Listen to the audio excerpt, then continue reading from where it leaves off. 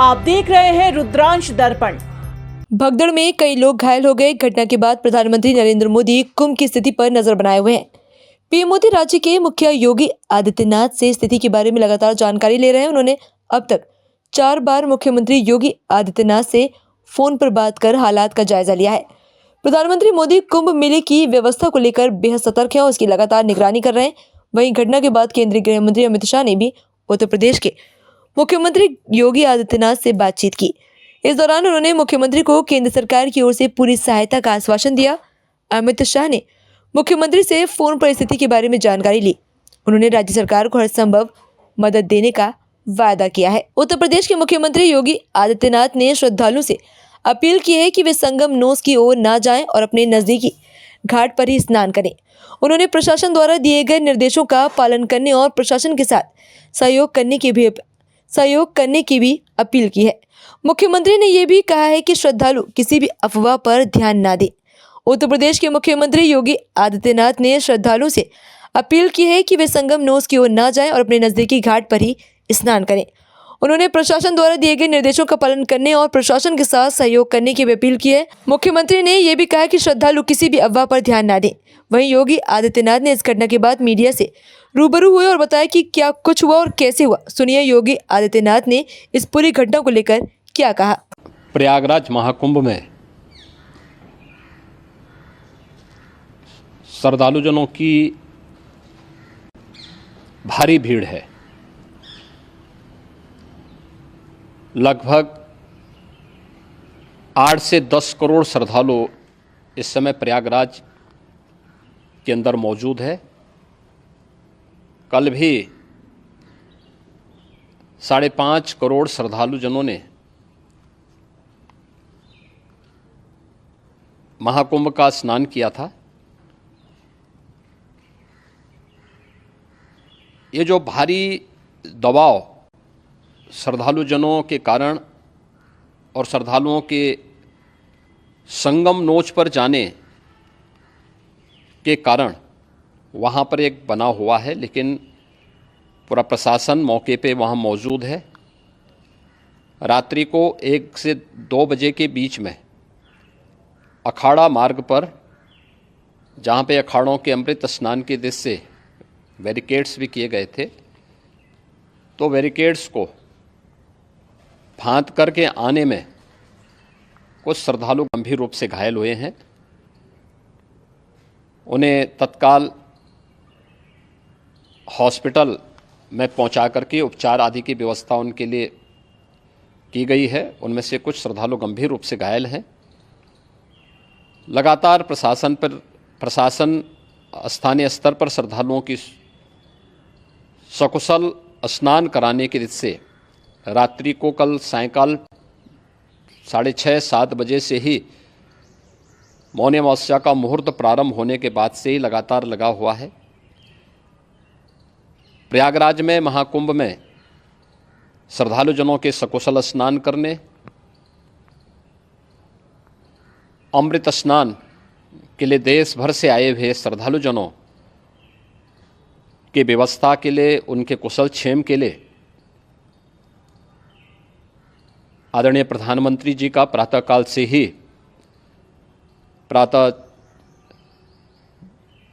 से ही उनके लगभग 4 बार प्रधानमंत्री जी ने हालचाल लिया है। माननीय गृह मंत्री जी ने, माननीय राष्ट्रीय अध्यक्ष भारतीय जनता पार्टी श्री JP नड्डा जी ने, माननीय गृह मंत्री श्री अमित शाह जी ने भी, और प्रदेश की माननीय राज्यपाल श्रीमती आनंदीबेन पटेल जी ने भी लगातार जानकारी लेकर के सभी के कुशल क्षेम और सकुशल स्नान कराने के बारे में निरंतर रिपोर्ट ले रहे हैं। हम लोगों की प्रातःकाल से ही श्रद्धालुजन जो भी आए हैं वे स्नान कर सकें, इसके लिए यहाँ पे उच्च स्तरीय बैठक भी चल रही है, जिसमें मुख्य सचिव भी हैं, DGP हैं, प्रमुख सचिव गृह हैं, मुख्यमंत्री कार्यालय के अपर मुख्य सचिव के साथ ADG लॉ एंड ऑर्डर के साथ साथ अन्य वरिष्ठ अधिकारीगण मौजूद हैं। प्रयागराज में हालात वर्तमान में नियंत्रण में हैं, लेकिन भीड़ का दबाव बहुत बना हुआ है।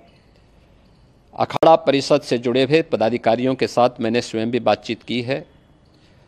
आचार्य महामंडलेश्वरों से भी, पूज्य संतों के साथ भी मेरी बातचीत हुई है और पूज्य संतों ने बड़ी ही विनम्रता के साथ इस बात को कहा है कि नहीं, श्रद्धालु जन पहले स्नान करेंगे और फिर जब उनका दबाव कुछ कम होगा और वे सकुशल वहाँ से निकल जाएंगे तब हम लोग स्नान करने के लिए संगम की तरफ जाएंगे।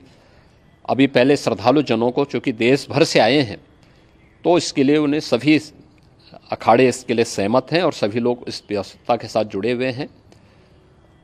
लगातार इस दिशा में हम लोगों का प्रयास है कि जो अब तक प्रातः काल से ही आपने देखा होगा, कल मैंने बताया कि कल लगभग 5.5 करोड़ श्रद्धालु कल महाकुंभ का स्नान किए हैं और आज प्रातः काल तक लगभग 8:30 बजे तक 3 करोड़ से अधिक श्रद्धालु स्नान कर चुके हैं और ये लगातार जारी है। लेकिन संगम नोच पर, अखाड़ा मार्ग पर,